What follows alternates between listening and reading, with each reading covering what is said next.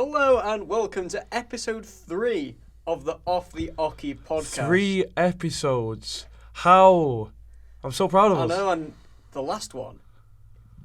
Mental. I don't know what people are doing. I don't know why they want to watch that. But thank you very, very much to everyone watching. I don't know how many people watch on YouTube. My girlfriend did. I'd like to give a big shout out to one specific member of the Off the Ocky community, because there was one man on a TikTok in 100,000 views. There was one man who commented the golden phrase. So Ben, shout out to you for commenting. Danny Noppert sleeps on the floor. He does sleep on the floor. Thank you, Ben. And someone noticed your Chesterfield shirt as well. Yeah, a lot of people do. A lot of love for the shirts. Which is interesting because you're actually a Mansfield fan. Oh, I'm definitely not. Scabs. I'm wearing a Citadella shirt today, and I feel like I've alienated all of our Mansfield Town fans there. I just call them all scabs. Yeah, scabs though. Anyway, continue, sorry. Anyway, I'm wearing a Citadel shirt, if anyone's familiar with Serie B. Don't explain why. We won the Champions League. We won the Champions League with Citadella. Citadella, check out Citadella app on YouTube. Anyway, coming up today, James, go. So, we've got some fun facts coming up. We're going to be recapping the Dutch Darts Masters. We're going to be reading some of your comments on the latest TikTok. We're going to be previewing the Premier League as well as the Masters. And our wildcard round coming up. It's the most... You thought last week was ridiculous. Should we announce it now or should we leave them? The Premier League 8, if they were in a zombie apocalypse, what would they do? Would they survive? Or how would they die? The Premier League 8. So stay tuned for the world's most interesting Premier League darts preview, and maybe an actual preview as well. But anyway, coming up first, the first week of the you brought your story of your record average. The second week of the pod, I brought in my first 180. Week 3, what has happened? Well, I got on the day after the podcast. It might have even been on the same day. I think it was on the Tuesday because we recorded this on a Monday. I think it was on a Tuesday, and I was just waiting. It might have been a Wednesday. I think it was a Wednesday. I was waiting for me cheese toasty. Yeah, big difference. There was a big difference. Yeah, no. Write in what you prefer: cheese on toast or cheese toasty. And there is a right answer. There is a correct answer. And I got my first ever 180 sitting there waiting for my cheese toasty. I could hear my cheese toasty maker is hardcore. It's hard. There's no messing about with it. If you leave, it's not like these other tin pot. I hate to say it, but National League toasty makers. Apologies, James, and all the people who are in National League. You do have a powerhouse of a cheese toasty maker. It is the Boeing 747 of cheese toasty makers. And why is that? What? Why is that? Why is what? I just got given it. Why is it the Boeing 747 of cheese toasty? Because it is the original Trailblazer, the original Goliath. That your dad got from a charity shop. For £5, and doesn't have an off switch. You have to turn it off with the plug. And there's no messing about with it. You can't sleep. It's a bit like being followed by a slug that wants to kill you. You know that thing? How long would you last with a slug following you, trying to kill you? Do you get money if you're at the start of a challenge? So you say 10 years, you get, I'd say, a mile head start on this snail. It's always following you, and it's deadly poisonous. If it gets within 50 metres of you, you are... 50 metres? You're brown bread, mate. Does everyone else survive as well? Is it just me? Am I allergic to this one specific snail? Everyone else is fine. No one thinks, oh, it's a cute snail. And bearing in mind, this snail could get stepped on. Okay. So could you hire like a bounty guy to go? But you can't kill it because if you go near it, like, no.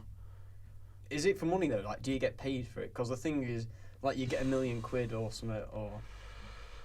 Yeah, I guess so. You just get a flight to Australia, don't you? Or you go on a 10-year-long cruise in the middle of the ocean. But how are you going to afford that? With the money. I don't know. Anyway. Goliath of a cheese toasty maker. I've spoke about my cheese toasty maker for a good couple of minutes there. And it squeezes it, because it's the Boeing 747 cheese toasty makers, and the cheese starts spilling out. Yeah, you can hear the tss, and it's fucking... We can bleep that. We can bleep that out. It's panic stations when that starts happening, because it's like, it's like an avalanche. Once a bit of cheese starts coming out, you know there's going to be a lot more coming. And I threw my first dart in treble 20, and I could hear thinking, shit, I got to bleep. I got to speed this up. Treble 20, oh my God. Usually, I get a bit panicky and go, and it always ends up in 12. Was the cheese toasty on your mind, so you just didn't really panic? The cheese toasty was on my mind until I got the second treble 20, and then the cheese toasty went out the window, and I saw the third one go in, and I think the exact noise I made, apologies headphone users, was, oh my god, oh my god, oh my god, oh! Something to that effect, and yeah, it was a little bit like a child discovering sweets, is the best way I can describe it. And I ran into my girlfriend's room and said, I've just got a 180, I've just got a 180. She was like, what's that? I was like, you know when you hit the treble 23 times? Yeah, you did that. How did you do that? I don't know. And then I messaged you, and then I messaged Chippy Tits, shout out to Budget. We don't need to bleep tits, do we? No. Shout out to Budget Talksport, who's definitely not listening because he's got much better things to do with his time. But Yeah, he's our being pal. a TikTok superstar. So, anyway, I have bought a fun fact. Ooh. This is might sound a bit strange, but it is quite mind blowing. I found it last night, and actually found it earlier, and I did some digging and found out why. It's quite interesting. Okay, hit me. Fun fact: Japan has 23 vending machines per one person. What? I know, mental. So Jeff's ringing us. their Jeff's initial ringing me. popularity can be explained by a number of factors. That's ridiculous, though. It's like Such the as chickens. Where do they all live? I don't know, such as their long-running national love of all things robotic, because Japan, they've got the fancy trains, they do, they've got the vending machines, they've got everything. And Same bracket. And their love for convenience at any cost. And I also read, because of the low crime rates, no one nicks from them, so they're just everywhere. So Japan has 23 vending machines for every person. But doesn't Japan have like a population of like 100 million? So that means that there's, billions of vending machines. That means there's what, 2.3 billion vending machines. Does that? What is the more of chickens in the world or vending machines? Oh in my Japan? God, Jesus Christ! Right. Well, I've got the question of the day. This is still not spoken about darts. What would happen if you threw a dart at a wasp's nest? Would it stick in? Would it anger them? What would happen? Where is the wasp's nest? In a tree. No, country, because I don't know. Belgium. I don't know. Does it matter? I don't know, because I've heard them African wasps get quite scary. I don't really know what to say to that. Right, The second thing was, who invented crisps? So if you know who invented crisps, then please write into this darts podcast. Because I would love to meet the man. And the third thing, you've got three. Oh. and we discussed this, sliced bread was invented in 1920. Yes. What was the best thing before that? Yeah. There must have been some other phrase. But also, the human race was pretty developed in 1920. We had trains, we had cars, we had what wars. was so special about sliced bread? We had like all fancy like machine guns and all that, like tanks and stuff, like pretty clever stuff. Sliced bread came out. Sliced bread. It took till 1920 for someone to go, we could sell this. People will love this. And they did. And they did. Or the best thing since sliced veg, as Jack Grealish said. He definitely said veg, and I didn't say bread. Right, can we talk about darts now? Anyway, so the Dutch Darts Masters took place over the weekend, and it was phenomenal. Shock, it was a Van Gerwen against Littler final. I feel like we're going to be seeing quite a few of them coming in the next few years. MVG were an absolute classic. It was a very good game. Classic. It was a very 8-6. I missed it. I missed a lot of it because I was working, but I saw it was 8-6. And Littler averaged 106 and had more 180s and lost. That is unlucky. Yeah. We're going to see a lot of that. We're going to see a lot of Humphreys, Littler finals, MVG, Humphreys finals, Littler, MVG finals, I think. Because I with Michael Smith, he's obviously a good player, but I've never thought he was it. He never had. But Michael Van Gerwen is even when he was on a bit of a bad streak a couple of years ago. He's still going win the Premier League and win 2 or 3 majors. Yeah, I think they're going to be the 3 best players for quite a long time now. I think the top 4. Well, it's not the top 4 going to the order of merit. The best 4 players in the world: MVG, Littler, Humphreys, and Price. They are by far the 4 best. The thing is with Gerwen Price though is that when he's not on it, he's really not on it. But when he's on it, he's so good, and he can beat all of them. Have you seen he's on a diet? Is he? Yeah, he's doing the keto diet. I noticed this last week, actually. I said to Tim Sandler when I was watching the darts, he's getting impressed last bit. He's looking quite skinny. He's oh yeah, he is. Oh, yeah, he is. He's not fat, is he? He's just muscular. No, but he's lost a stone. He's doing the keto diet. What? Yeah. What is the keto diet? It's basically just no carbs. What? Yeah, No, that's insanity. Yeah, how? No crisps. No crisps, no bread, no cheese. I would die. Write in if you think you would die doing the keto diet. How long could you last on the going price diet? I reckon I could last on a keto. Is that what it is? No carbs. Yeah, pretty much. Like loads of. God, this is like a Diet Coke advert, isn't it? Yeah. I would still say. Get by because it's not like chicken. I think you. I think I'd be alright. No, because carbs is in meat, isn't it? No, you can start with meat. Well, you could have chicken and stuff, but stuff like pork will have loads of carbs in, surely, like sausages, or even processed pork, for example, like sausages, like a pork chop, or like a bit of gammon. That probably won't have a lot of carbs in because it's straight from an animal. But something like a sausage, surely. Write in if you know if sausages have carbohydrates in. And the answer to your question is, I reckon I could go. I think I'd struggle to do a day. I think I'd struggle to do a few hours. But that's just because I'm a fat English waste of space. Could you have something like a wagon wheel? Does a wagon wheel have carbs in? Yeah. Ah. Surely. 40p wagon wheels from Morley and Nisa. Shout out to the ladies at Morley and Nisa if you are listening. They are lovely ladies. 40p wagon wheels. We love you. 40p Maryland cookies as well. 45p. Was it 45? You don't know your stuff. Don't come on the podcast and sound like a fool. Right, sorry. So back onto the Dutch Darts Master. Jan van Veen reached the semis again, and I feel like he's going to explode. I said did. in the first episode that he would be my one to watch. Yeah, and he has. He's done very well. I am. Call me Mystic Mac. Beat Danny Noppert, the man who sleeps on the floor. It was 6-3 in the court. 6-3. Was Danny Noppert wearing Doc Martens by any chance? I don't know. It wasn't me looking at his feet. Write in if you know what Danny Noppert was wearing on his feet against Jan van Veen. Oh my god. Well, so there was a few shocks though. I didn't catch much of it because I was at work, but I saw that Van Veen was it 6-3 against Smith. Cross lost to Barney. Cross lost to Barney. And Barney almost beat MVG 6-5 for the last leg. Now, I don't know how Barney beat Cross.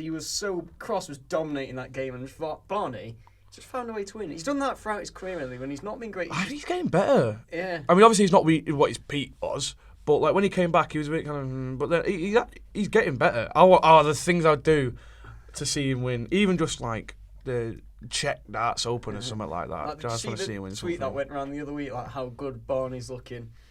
That's what having a hair transplant and a wife 20 years younger does to a man. Well, I mean, you can't argue with the health professionals. No. They know what they're talking about. So yeah, that is our recap of the Dutch Darts match. You got anything else to add?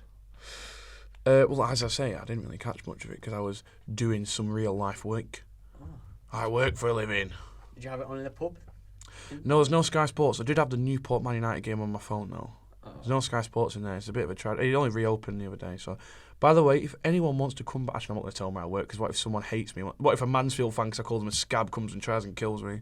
Mansfield fans, I didn't say anything about you. It was in there. Scabs.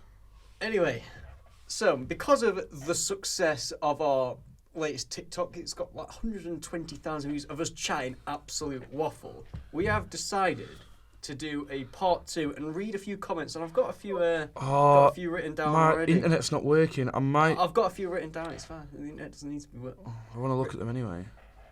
So I think one of the top comments was from 501 Darts, who has said James Waite. So this is quite full account. That is like 12k. 12,000 followers.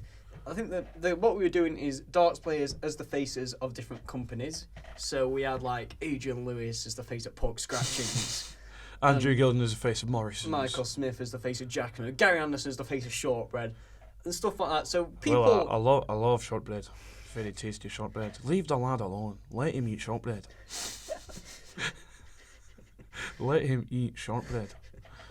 Carry on. So people took to the comments and made up their own suggestions, and 501 Darts says James Wade is the face of Screwfix. Now, can you see? Someone said Halfords for James Wade, and I think that's better. He seems like the kind of miserable. 501 Darts said Screwfix, and Foxy is back said Halfords. Halfords is definitely the one. Sorry, 501 Darts. I mean, I know that you got a lot of followers. If you want to come on the podcast, 501 Darts, then please get in touch. What would you think James Wade's reaction would be to find out he was the face of Halfords? I'm not doing this again. Well, of course, I'm delighted to be the face of Halfords. I do Darts impressions. We'll bust them out later. Do a great MVG, a great James. Do a good Fallon Sherrick, actually. I'm not doing that. I could do a Josh. I was going to do Josh Rock then. Well, you know, James Wade working at Halfords. You know, he knows how to get them cars serviced when he's not eating biscuits.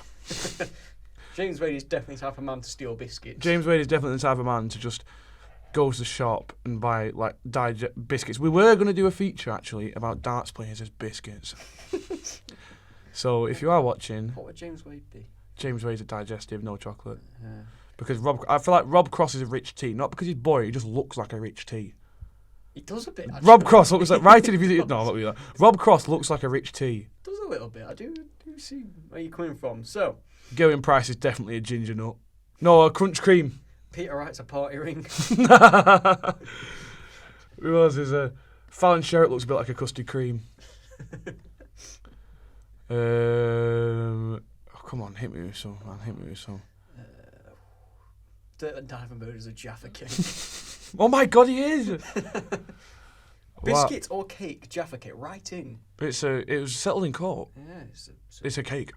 Yeah. Wait, yeah, because it goes hard. It goes hard. No, it goes hard when it goes out of date, and biscuits go soft. So there we go.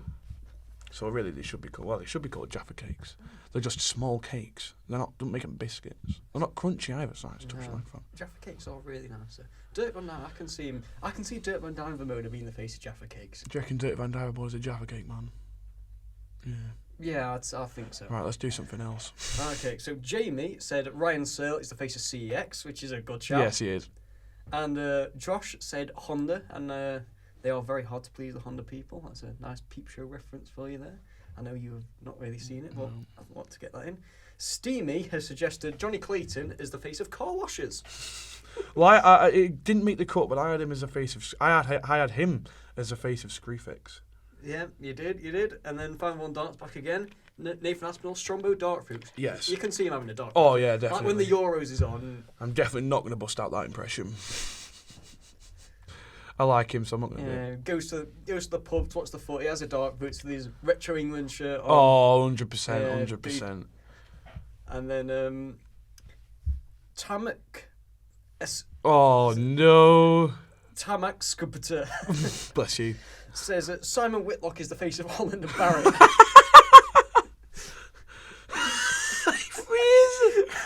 I can see him in Holland and Barrett with one of those little green polo shirts on. That is genius. I did not see that one. And Finn Hearn, I don't know if you're in relation to Eddie, but he has said... or Barry, the same person. The lads. Mensur Suljovic. We have a friend called Mensur Suljovic, so that... Long story. Yeah, Age UK advert, Mensur Suljovic. What does he sound like? I've never heard him talk. No. You know the book The Twits? I feel like he'd be a character in The Twits. No offence, Mensur. If you're watching Mensur, I am sorry. Well, I'm not sorry. He should be sorry. Mensur Shilovic is going to kill you, and Mansfield fans are going to kill me now. And yeah, boy suggested Rob Cross as the face of Scampy Fries, which I can see that. Yeah, I found that one funny. That was one of the first ones we got. But I'm still amazed that someone listened to the end of this. Shout out Ben, dining up at Sleeps on the Floor. Thank you, Ben. I hope you're listening. And if you'd like to be a guest... Ben, get yourself here. Get yourself here, Preston. We won't pay for your ticket because my minus £800 decides that I should not be doing that. Definitely. And James is just cheap. Yeah. Yes.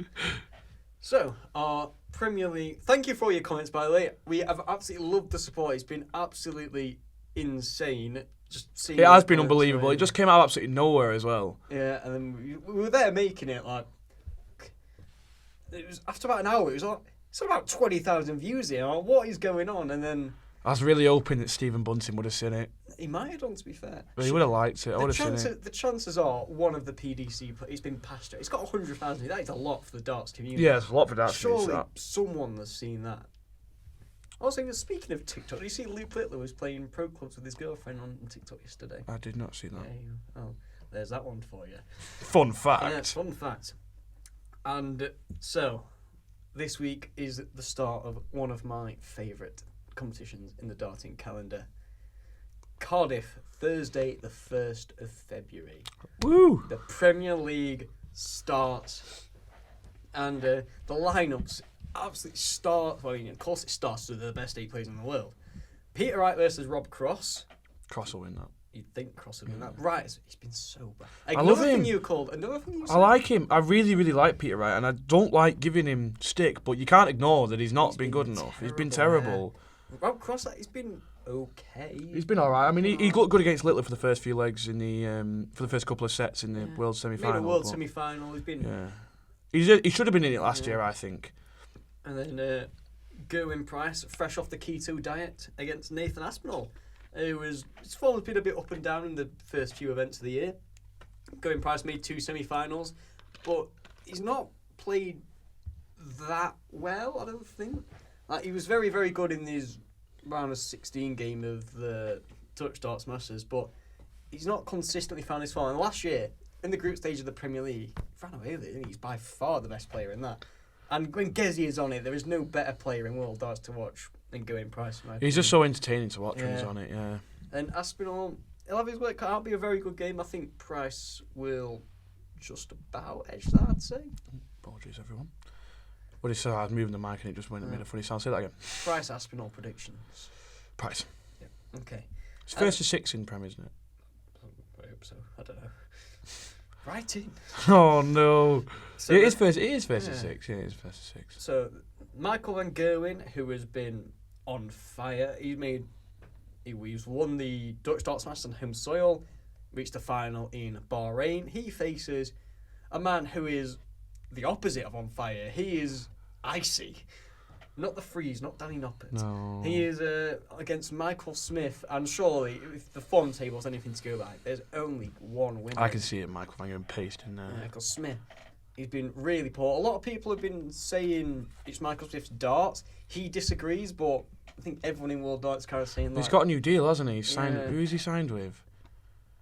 Carl was telling us. Uncle Carl mentioned Uncle again. Carl, While we're here, Carl. Steve Beaton, Adrian Lewis said, go tick them off for the next 3 weeks in a row. Steve Beaton, it said something about Steve Beaton so we can get that out of the way. We were actually going to go to the St. Helens Dart Shop today, weren't we? We were. We're So I go to university because we're good students. Yeah. No, we're not.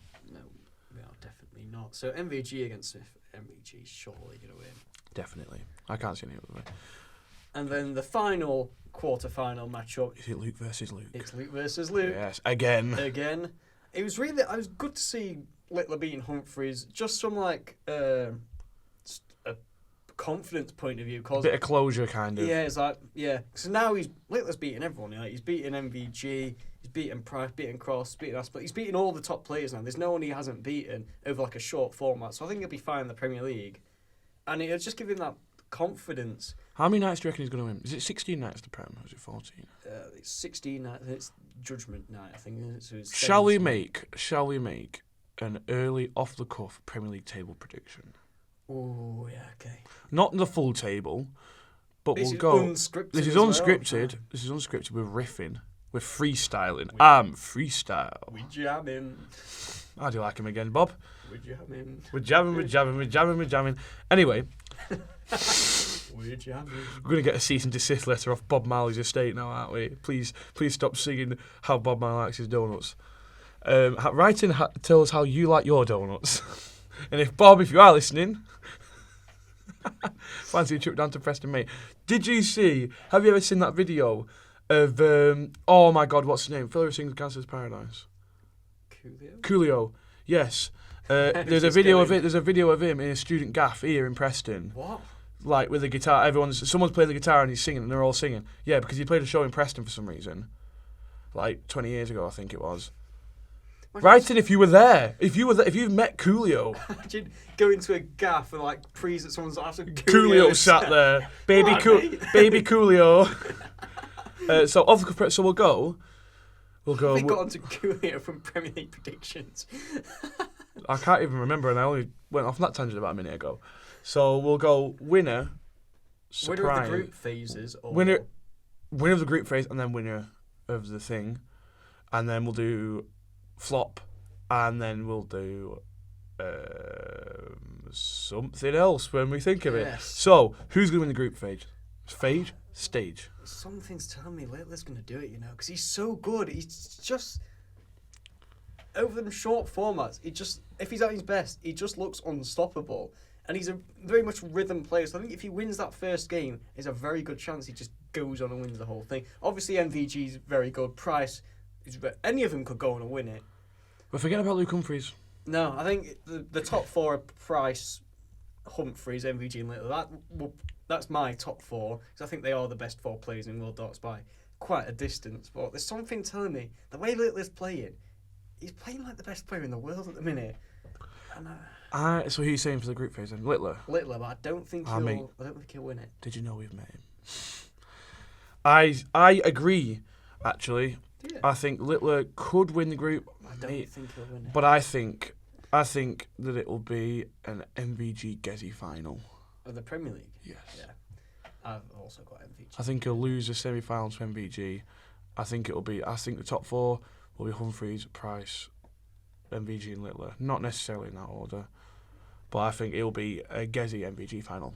And I think that MVG will win. He loves the Prem, doesn't he? Yeah. Has he won it 4 times now? Way more. Is it? I think. How many times have you won it? He's won it 7 times. He's won it 7 times? It's a lot of times. Right in. But I don't well know. done, Michael, if you're listening. Feeling like Humphries, he's just win. He's just got that winner's mentality now. He just wins. Absolutely. But I think there's better players in their day than him. Yeah, I'd agree. But when it gets to that final night, he's more consistent. He's just got it. I think he's the most consistent player. Yeah, I'd say, because he's always. You never really see him have. He's like a better version of James Wade. Yeah. He's always at a level. He's just better than him. I'm gonna go Humphries. Humphries beats Price in the final. Oh, okay. And the biggest flop for me is Michael Smith. Yeah. Because Peter, I don't think anyone's expecting much from him because he's been poor for quite a while now.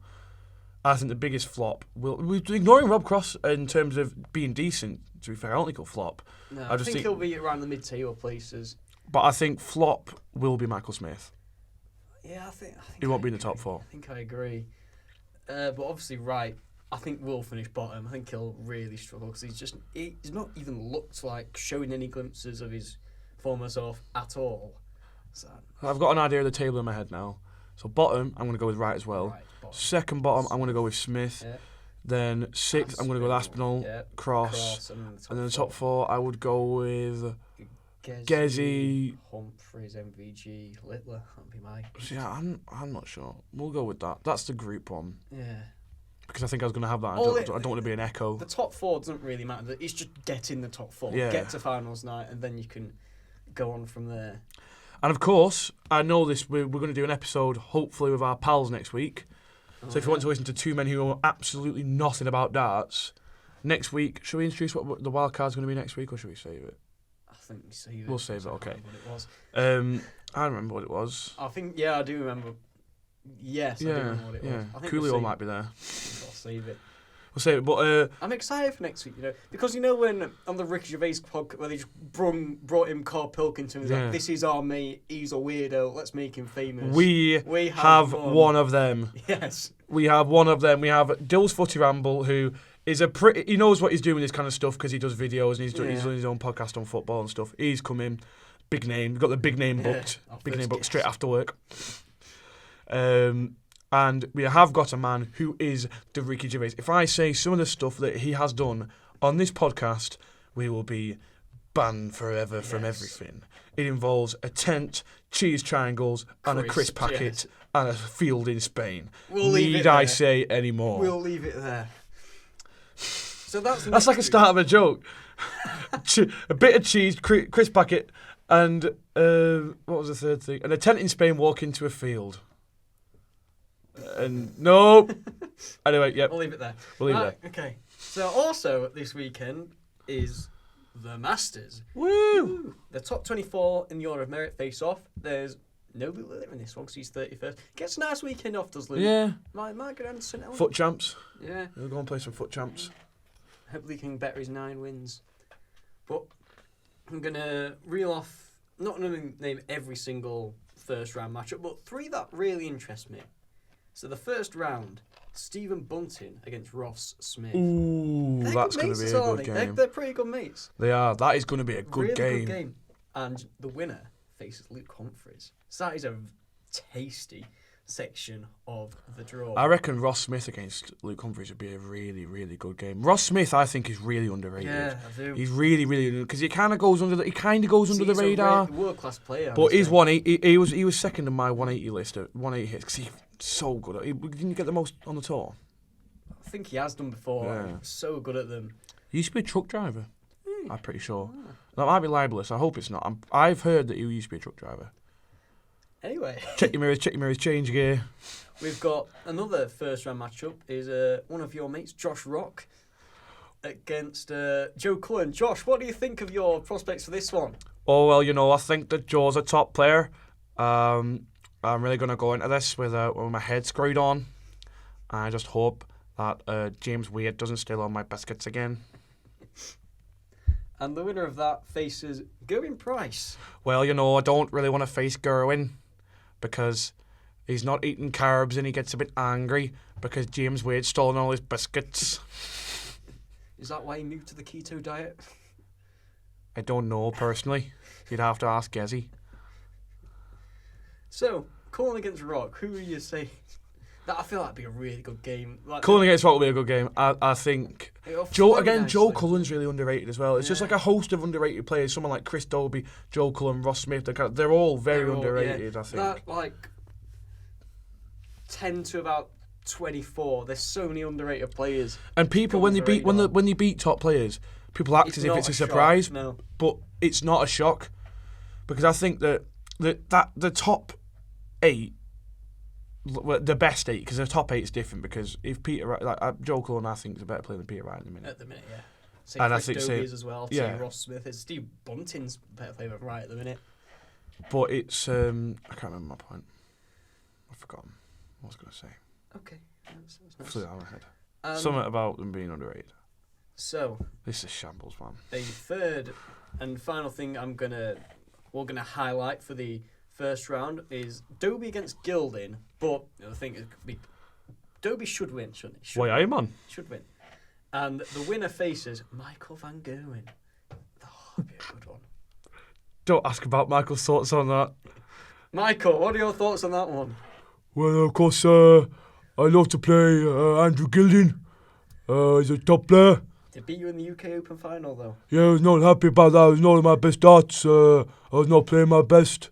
I want to get revenge for me and for my kids' sake. I cannot let Andrew Gilding beat me again. What about Chris Dobie? You looking maybe face him in the future? Go on then. Thanks for that, Michael. I just love darts. I just love playing darts. I love being on stage with the crowd. I just love darts. Michael, if you want to come on the podcast, then you're more than welcome.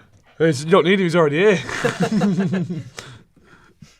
So, the Masters, who's your pick? So usually it's one of the last couple of years. I mean, I think the stock of the Masters has kind of gone down a bit because the 8th position in the Premier League was not officially reserved. Yeah, unofficially. But it was, wasn't it? Cullen and Dobie got in through it. Yeah. And I think that's going to make a lot of people care less about the Masters now. Especially with the Premier League like the night before as well.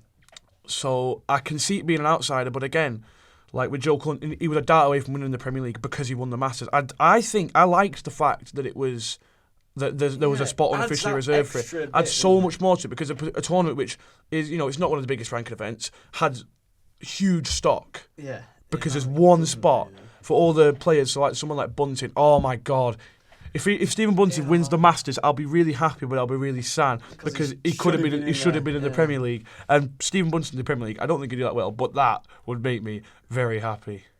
The world is his lobster.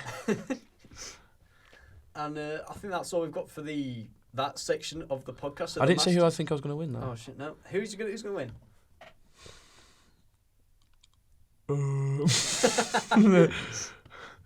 I think that. I'm not sure, you say yours, and I'm not saying who I think is going to win. I think who could have maybe an underrated run. Chizzy, because the draw is quite nice. He's got Martin Schindler in round 1. I think it's a winnable game for Chizzy. Danny Noppert in round 2, again, very, very winnable. And then from there, he's in the quarterfinals. Anything can happen. He's just a nearly man, isn't he? Yeah. He never. He's so naturally talented as well. You know he's a good dodge, but I just the professor. Does he have it? Chizzy has it. Is he ever going to win? He's never going to. I don't know. I really hope he does. Because he's good enough to. Oh, definitely. He's good enough. He's good enough player to. He gets unlucky a lot as well. To be fair to him, but I don't think he's going to win it. Since some of the stats in the world, like the performances it's taken to knock him out, have just been stupid in the world. Like Humphreys averaged well into the hundreds, and in previous. Remember when he beat MVG 5-0 in the Worlds, like in lockdown? Crazy. No. Well, he did. I didn't like darts in lockdown. It was weird. It was really weird. Yeah, it was. I loved it. I have seen the game where I'm sure we can talk about this. Where just after the Queen had died and there was no commentators and the announcers had to be really quiet, and you just hear MVG as Aspinall. Aspinall going, "Come on!" The MVG going, "Boo!" I love darts. Rest in peace, Queen Elizabeth. But I love darts. Let's say that the Queen Elizabeth was a great woman, and I wish her all the best in the afterlife. Boo! This is purely a joke. I love Michael Van Gerwen very much. I'm not taking the mick. I'm just having a bit of a laugh. And rest in peace, Queen Elizabeth. Anyway, and speaking of death... Oh, no, not doing it. Okay. Our wild card round. Yes. So picture all the 8 Premier League players in the practice room in Cardiff. Emergency broadcast comes up. Zombie apocalypse. Barney's walking out. Raymond van Barneveld! Emergency broadcast comes on the BBC. Zombie apocalypse is coming. What you gonna do? What do all 8 Premier League players do? Would you like to start? So Premier League players in a zombie apocalypse. Yes. I think you've written an essay on this. Well, I've not seen the actual thing, but I've seen over your shoulder a lot of text. I got way too. I wrote mine about 5 minutes. So we'll start with Luke Littler. Okay. Yep. For me, I think he's killed immediately by zombie Carl Holden because he's got his headset on because he's playing Xbox and he comes up behind him and kills him. Sorry, Luke. Carl turns into a zombie. Sorry, Carl. I think someone in the shop infects him. He goes, "Oh yeah, mate. Yeah, we got some nice stuff. What are you doing? Why are you biting my arm?" And then he's a zombie. And then he kills Luke Littler. It's fascinating you say that because I've gone the complete opposite. Years of COD zombies has led up to this moment, and he basically becomes the main marksman, and he's basically the brains behind all the operation. So the mastermind behind the fighting force of the PDC group. I've got one for that, but it's different. See, the thing is, I've not put them as a group. I've got 2 groups. I've got 3 Oh, groups. right. I've got them as individuals. I didn't realise that the scenario was... I've got them doing individual things, but they're part of groups. It's very confusing. Well, my next one, Peter Wright. Yeah. Bit of humour here. He spends too long deciding what car to use. In relation to it, with a reference to his darts, spends too long deciding what car to use and gets killed in his driveway by a zombie that sneaks up on him. Rest in peace, Peter Wright. Rest in peace. Sorry, Peter. So, Peter Wright, he sees the broadcast. Nah, mate, don't believe it. It's not true, that. Don't believe it. I'm off to the pub. Peter Wright is going to the pub in a zombie apocalypse. He gets absolutely steaming, plays a few games of darts, a few games of poker, like wages like £100,000 on poker, a few games of pool, and then we'll see what happens from later. Okay, that's a very different. Luke Humphries. Okay, yep. Luke Humphries panics. He's going to panic, and he's going to survive the first few days, shacked up in a house with his missus. He's not got kids, I don't think. Shacked up in a house with his missus. But he naively leaves the house thinking it's fine. Oh. He naively leaves the house thinking it's fine. And he trips. He's walking back to the house. Everything's gone well. He's gone to the well. I don't know why there's a well, but there is. He's picked up whatever he needs. Shop? Well, too dangerous, mate. It's too dangerous. He naively leaves the house, comes back with whatever he's come back with, a bit of roadkill or whatever's knocking about, and he trips over an uneven pavement, and a zombie hears it and comes and kills him right in front of his family. And That's quite sad, actually. It's very sad. It's very sad. And again, mine has started really miserable, but they do get better. So my one for Luke Humphries, he's already planned for it. He knew it was coming. He's already planned for it. So he's got an emergency plan in place. He's got an underground bunker in case of emergencies, and he's filled it out with a lifetime supply of water, tinned tuna, because Luke Humphries definitely eats tinned tuna in a zombie apocalypse. Bread, ready salted crisps, because he's definitely got a hell of a lot of them. I bet he's got a lot of water as well. Yeah, and he hides down there for the duration with his dartboard, and when it all blows over, he comes out, and he's just undoubtedly the best darts player of all time. Okay. The next one is MVG. Oh, yes. So Michael Van Gerwen, he's a family man. He saves his family. Oh. He goes back to the Netherlands. He saves his family. But because seems like a pretty kind of, what's the word? Like a dominant figure. Yeah. Like a dominant person. He becomes the town leader, and he makes the town a safe haven. So, you know, yes. have you watched The Walking Dead? No. So, the Sanctuary with the governor. Is that the Sanctuary? No, that's a different one. Anyway, we'll go with Negan, because that's a more recent. Beg your pardon. Okay. But he sets up a safe haven, and he becomes a ruler of this little town in the Netherlands. There's like car blockades inside and out. No one's getting in or out unless you have permission from Michael Van Gerwen. And he's a ruthless leader. He doesn't take any shit. We can believe that. He doesn't take any shit. He's a ruthless leader, a bit like Negan from The Walking Dead. But he's fair. Right, okay. But he survives. He becomes leader of a town. And then when the world gets back to normal, he gets a knighthood from the Dutch royal family, which technically do still exist. And fun fact, the most recent king of the Netherlands is an airline pilot. An airline pilot. Yeah. Pretty cool. I've got him with the similar lines. So as soon as the announcement breaks, he rallies the troops. Come on, guys. Come on, the group leader. Man of the people, proper. We have to fight the zombies, yeah? We have to fight the zombies. Luke, come on. He did an impression of Augustus Gloop. Gezi, come on. Luke, come on. Peter, don't go to the pub. You're a fucking idiot, Peter. We'll bleep that. You come with us and you fight. You don't be a pussy, man. So, yeah, Michael Van Gerwen, leader of the people, man of the people. I think, he does seem like that, doesn't he? There's the brains behind it, but he's the brawn. Michael Van, okay. And Michael Smith, I spent a long time thinking about this, which led me to the natural answer of I've got no idea he dies on the first day. I've gone with he joins Peter Wright at the pub. So MVG's there with his little group. Peter Wright's there with his little pub group, and I think he goes with Peter Wright. He can't be asked to fight. You don't do fighting, Michael Smith. Don't do fighting. That's a good impression. I can't be asked. I can't be asked. I'll just sit at home, just wait, play some darts. I think the apocalypse, it's serious and that. It's serious. But I just can't be asked, mate. I can't be asked. I'm happy to go to the pub and down with my mates. That's what I'm happy to do. So that's why I'm Michael Smith. Well, from the same neck of the woods as Bully Boy. Maybe. Nathan Aspinall. Now, my one is very elaborate for Nathan Aspinall. It was the first one that struck to mind. Nathan Aspinall goes around to check on his nan.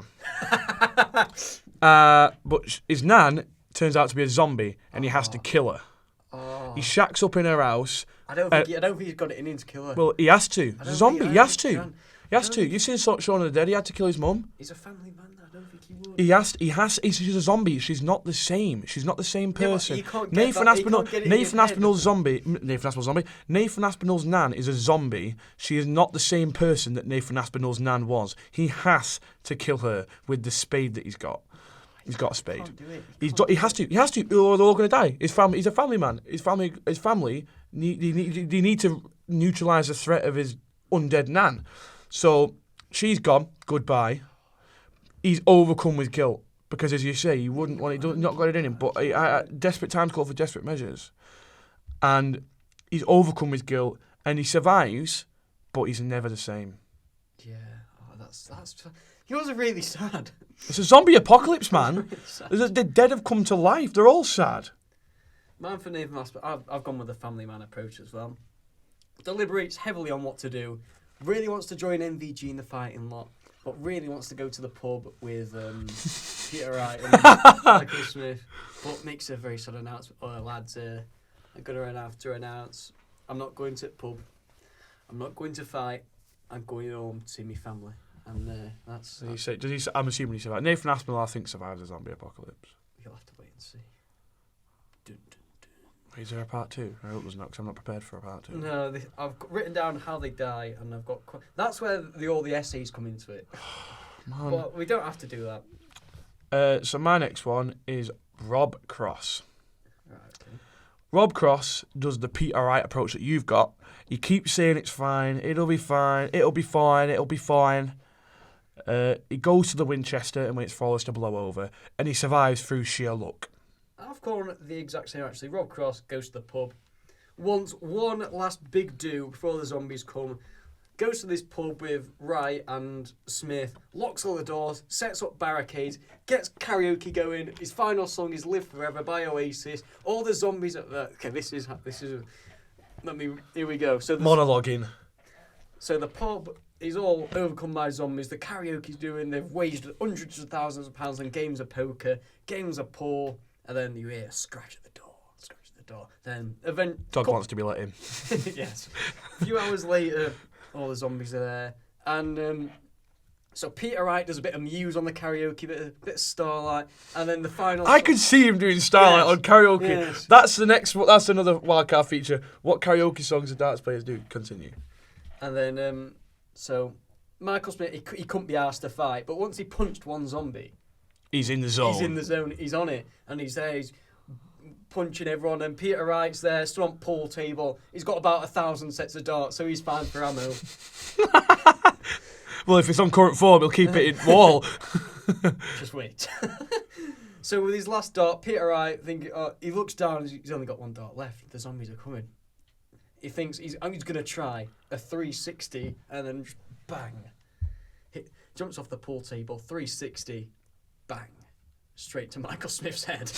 And that's how Michael Smith dies? That's how Michael Smith dies. With a wayward Peter Wright dart? Yes. Okay. And then Peter Wright just gets overcome by all the zombies.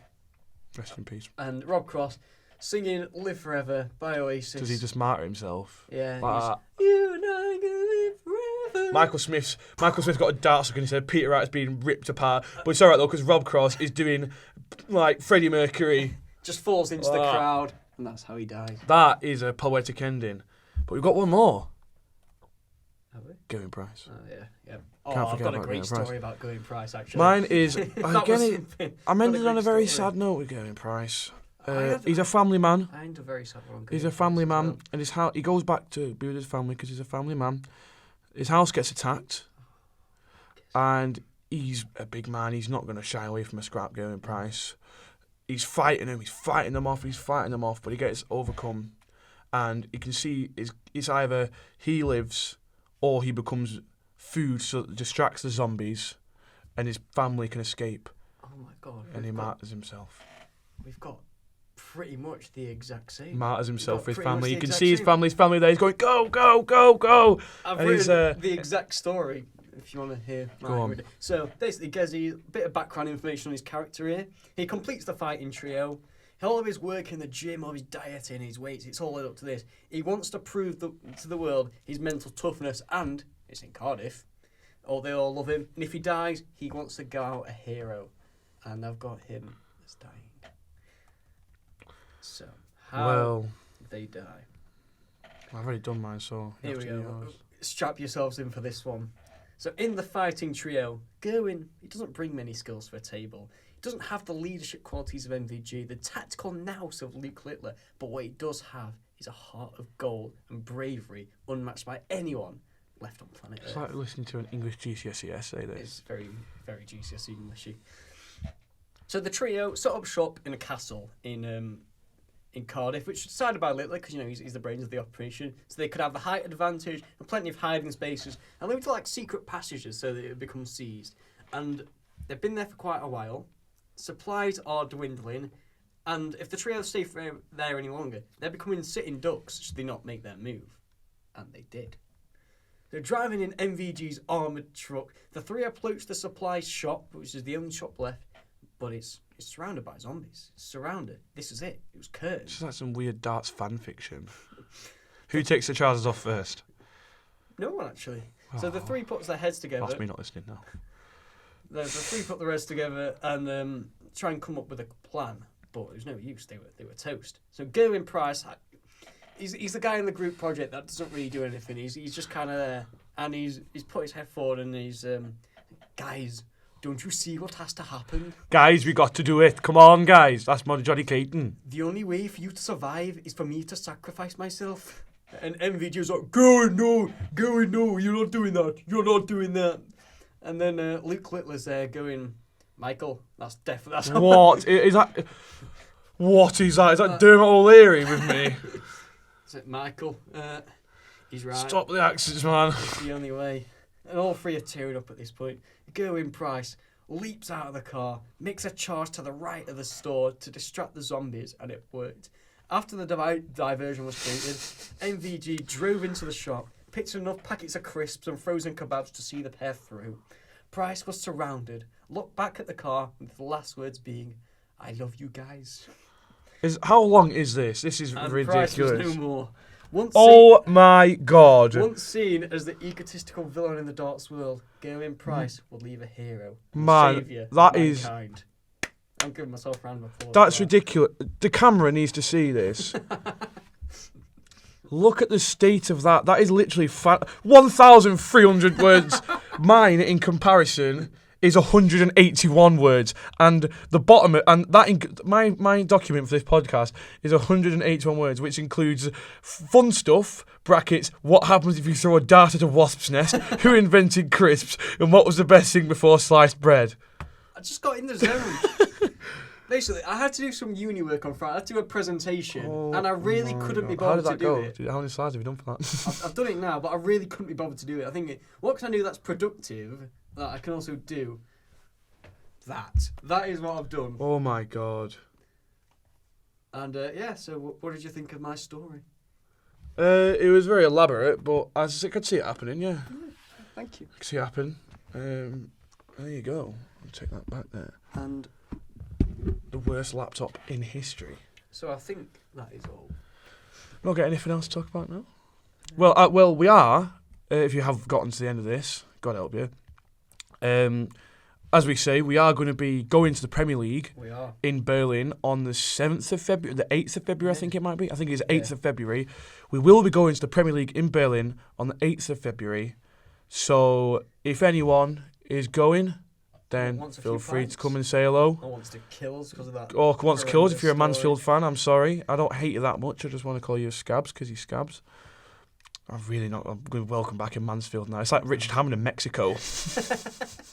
Me and Mansfield. Oh no, anyway. But yeah, so look out for me dressed as Ziggy Stardust, you dressed as Freddie Mercury, Norris dressed as Elton John, and Dill's Footy Ramble dressed... Oh my God, should we do the podcast in our costumes? Oh, that's a great idea. Oh my God. That's a great idea. Yes, right. Watch on YouTube next week. We will be clad in our costumes for the darts.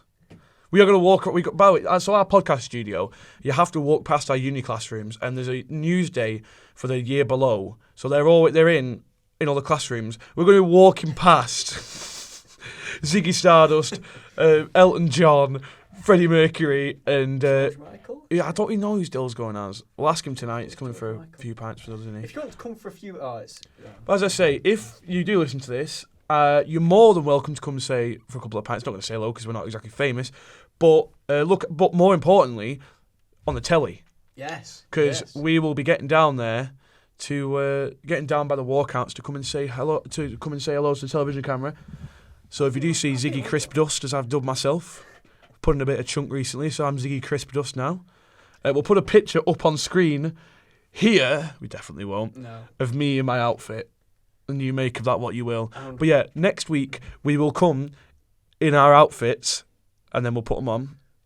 We will wear our outfits for the podcast. That's a great idea. So watch it on YouTube next week. Do not bother with Spotify next week. Watch it on YouTube. And if you have come all this far in the video, they need to comment something, don't they? What are they going to have to comment? We're going to go with James Wade likes biscuits. James Wade likes biscuits. If you've watched this far, just please drop us a comment on anything we've done.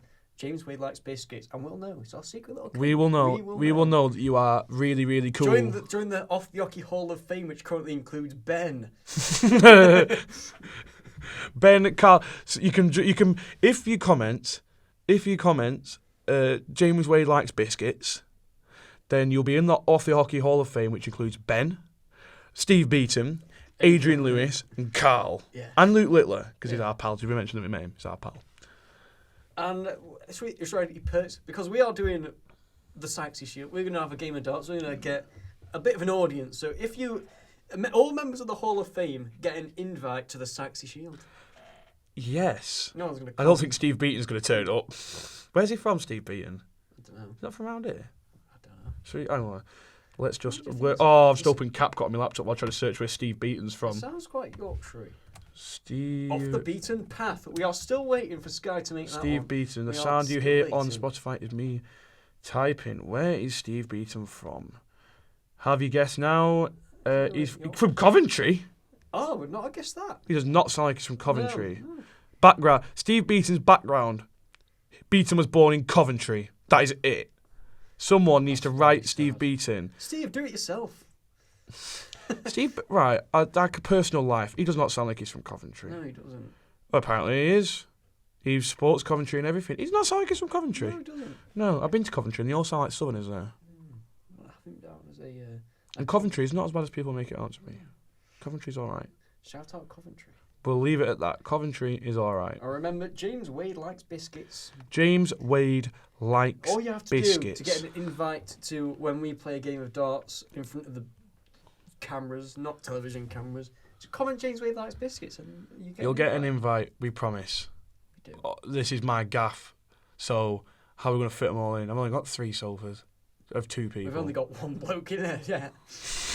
Well, you never know. Steve Beaton might have a free weekend. He might be sick of rambling. Might be sick of ranking natural footpaths. Exactly. But anyway, so yeah, James Wade likes biscuits. Comment it. And I think that's all we've got time for this week. We've got time for. Rank us 5 stars on Spotify because 5 people have done it. I don't know who them 5 are, but thank you very much. And drop us a follow. You see YouTube just on that little button there. Please do it. Even if you don't listen. Even if you hate us. Yeah. Just do it. But as I say, thank you for the TikTok viewers. We appreciate that. Thank you for any YouTube views, any Spotify impressions, anything. Thank you very much for listening. And from me and from James, follow us. Wait, I need to do the obligatory. Follow us on Twitter, Off the Hockey. Follow us on TikTok, Off the Hockey. Follow us on Spotify. Never guess what it's called. Off the Hockey. Follow us on YouTube, Off the Hockey Podcast. Yes. And from me and from James, Tara and farewell. Tschüss.